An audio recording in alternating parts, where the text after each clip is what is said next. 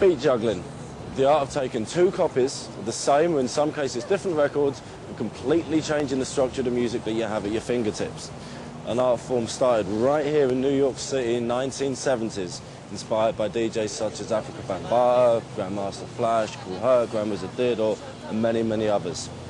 Their basic idea over the years, at the hands of many other DJs, has been taken 1, 2, 3 steps further. Beat juggling, it's just one giant, like a jigsaw puzzle, the most complex puzzle. You got to solve it. There's infinite solutions, and it's just one big giant puzzle.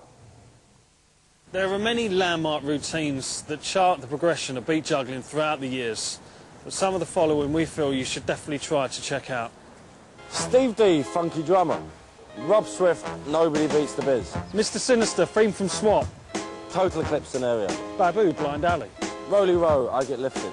DJ Develop, ITF Routine, 1998. Shortcut, Get Stupid Fresh Part 2. DJ Crazy's Winning Routine, 1998. p-trix, The Business. Infamous ITF Winning Routine, 2000. My name's DJ p-trix, represent IF2 Immortal Fader Fighters. Just gonna talk about some beat juggling, how I look at it, like my aspect of beat juggling. Like to me, beat juggling, I love doing it. It's just like be able to create a new song, just be able to rearrange beats. It's just something, it's like, man, it's more like an expression. Like my style, I consider is a very like crazy, innovative style to try to do stuff that no one's ever done before. I guess like the best explanation for that is my philosophy and I can't explain a lot of the way I think, so I guess my crazy style is like the best way I could explain myself. I just like to do like new technical stuff, different stuff people hasn't done. Add a lot of different scratches in the middle of juggling actually. Do some drumming, one turntable juggles, and just just adding a bunch of different stuff together. And man, just like the way beat juggling is now, there's all these new kids coming up with new stuff. So just try to come up with some new ideas. Man, there's just so much stuff you could do. Try to do different stuff with the turntables, with the mixers. Just try to add it all together and just come up with some crazy, innovative, but still funky sounding beat juggles. At this point, we'll have a little look at beat juggling, my take on the subject. Basically, beat juggling is rearranging a beat pattern on a record that you've already got. Normally done with two copies, can be done in any way really now that you choose. I'm going to explain how I've taken what I look at as beat juggling a little bit further to you.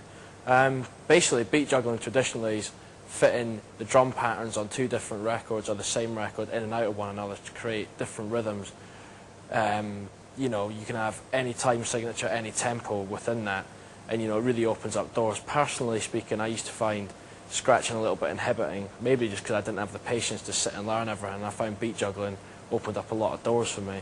That's not really the case for me now as such, but I mean I do think that beat juggling has a whole lot of scope. One, you can incorporate scratches into beat juggling.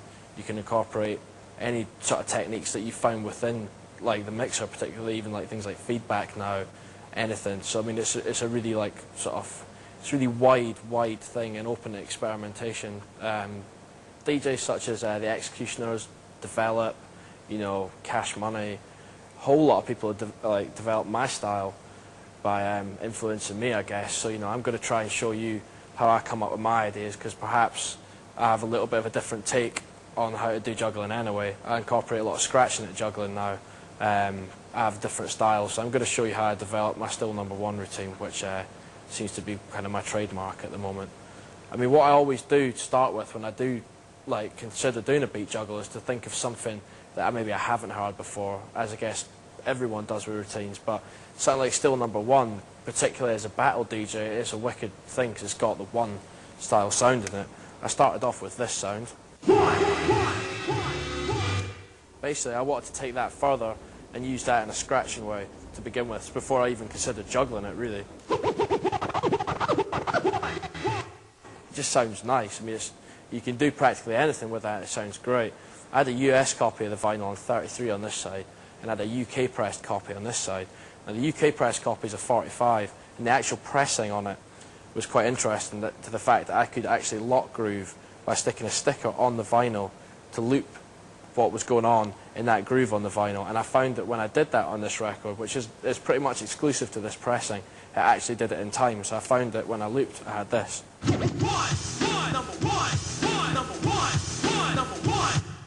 Now, a lot of people have been quite confused how I've made this routine, because it sounds like a lot more things are actually happening than, you know, that are. I mean, it's actually a relatively simple routine to do. It's a real case of what I left out. So what I started doing was experimenting, sticking the ones in and out of each other in a real juggle concept.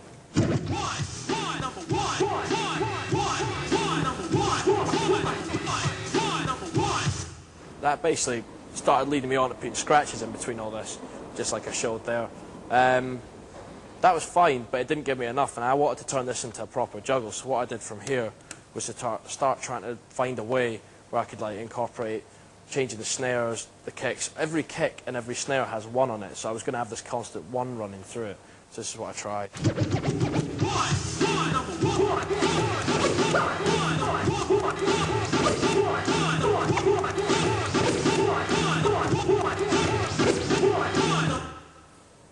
After that, you know, you start fitting intricacies into the whole thing, just developing it as a piece of music. You know, I still was quite conscious that I wanted scratching in there, so I started adding in extra little scratches just to develop the whole idea. It starts putting the icing on the cake. You know, you wouldn't have a piece of music, or at least, you know, a really good piece of music you wouldn't have that was just one thing all the way through. You know, you have certain things, be them subtle or whatever, they kind of give that bit of music a bit of depth. So I started adding in certain scratches. At this point, I was also doing this sort of two-handed Euro type thing. I kind of wanted to incorporate that in, so I decided I'd have a breakdown in the middle to kind of sort of show that.